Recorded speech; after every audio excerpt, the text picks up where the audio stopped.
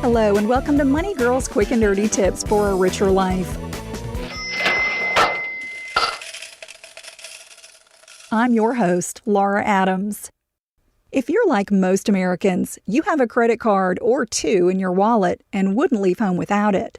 Back in show 126 called Take Charge of Your Credit Cards, I mentioned upcoming legislation for consumer protection called the Credit Card Accountability, Responsibility, and Disclosure, or CARD Act of 2009. The first phase of the new law was implemented on August 20th, and the remaining two phases will go into effect in early and mid-2010. In this show, I'll cover the three major provisions of the first phase and give you 10 tips to help you win the battle of consumer versus credit cards. The first change that all credit card users will notice is that you'll get more advance warning about changes to your account. If a credit card company wants to make any substantial changes to your terms, such as increasing your interest rate or fees, they have to notify you in writing at least 45 days in advance. Prior to the new legislation, consumers only got a 15-day heads up about these types of impending changes if they received any notification at all. The second provision in the CARD Act is that you can just say no to your card issuer's proposed changes to your account. The company must inform you in writing about your right to opt out of their changes. If you don't want to pay a higher interest rate or more fees, you can cancel your account before they make any changes. That means, of course, that you can't use the card anymore to make new purchases, but if you have an outstanding balance, cancellation allows you to lock in the original lower interest rate and other terms on your account while you repay it. The third change that went into effect in round one of the new credit card law is that you'll have more time to pay your bill. Card issuers must now give you at least 21 days to pay up after your statement has been mailed out or electronically delivered. That's an improvement from the previous 14-day billing requirement. While these changes to credit cards are a real win for consumers, the banking industry has said that they come with a downside. The problem is that banks are expecting reduced profits as a result of the legislation, on top of the losses they've already experienced due to the recession. That leaves them scrambling to find new ways to create revenue and to protect themselves against risk. Many card issuers have already cut credit limits and increased interest rates, fees, and minimum payments in anticipation of the new laws before customers could legally opt out.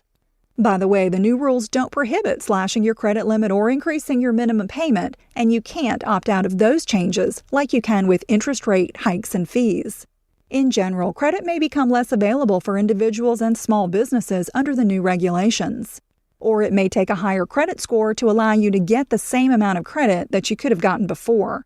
Many domestic banks have already raised the minimum credit score that they require for credit card approval. The bottom line is that you need to stay alert for changes to the terms of your credit cards and consider ditching one and applying for another when there are better options. Here are 10 tips about where to find the best credit card deals and how to get the most out of your existing cards. Number 1, pay all your bills on time so you keep your credit score in tip-top shape. As I mentioned, those with better credit will get better credit cards, which means you'll save money on interest and fees. Number 2, find out what credit cards your bank offers. Sometimes also having a deposit account with an institution qualifies you for a better deal or special card rewards. Number 3, consider opening a brokerage account with an institution that offers a competitive card.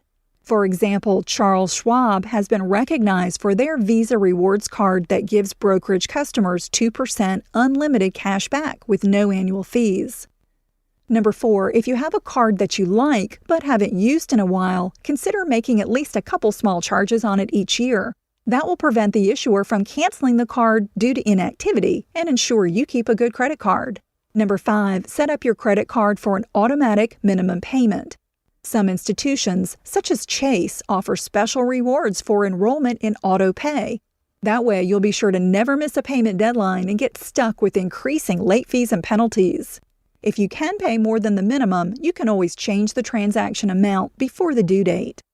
Number 6, be sure to pay your balances off in full and on time each month, especially when you use higher interest rewards cards. You may find some banks are scaling back rewards, charging new annual fees, and revoking awards when you pay late. When that happens, they may charge you a fee to reinstate your rewards. Number 7, consider card offers from smaller regional banks or credit unions that may offer better deals. The Pentagon Federal Credit Union always gives nice perks to members, and if you're not eligible to join for free, you can still get in by paying a small annual fee to the National Military Family Association.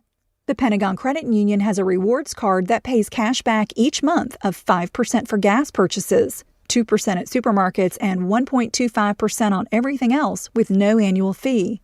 Check it out at penfed.org. Number 8. The American Express Blue Cash Card is one of my personal favorites to use where it's accepted. It offers 5% cash back each year for gas, groceries, and drugstore purchases, and 1.25% cash back on just about everything else after you spend a certain amount, with no annual fee. Number 9. If you have excellent credit, take advantage of it by getting a low-interest card. Right now, the Simmons First National Bank has a Visa with 7.25% variable interest rate. Visit simmonsfirst.com for more details. And number 10, take a look at the following websites to research other credit card offers: cardratings.com, bankrate.com, creditcards.com, and cardhub.com.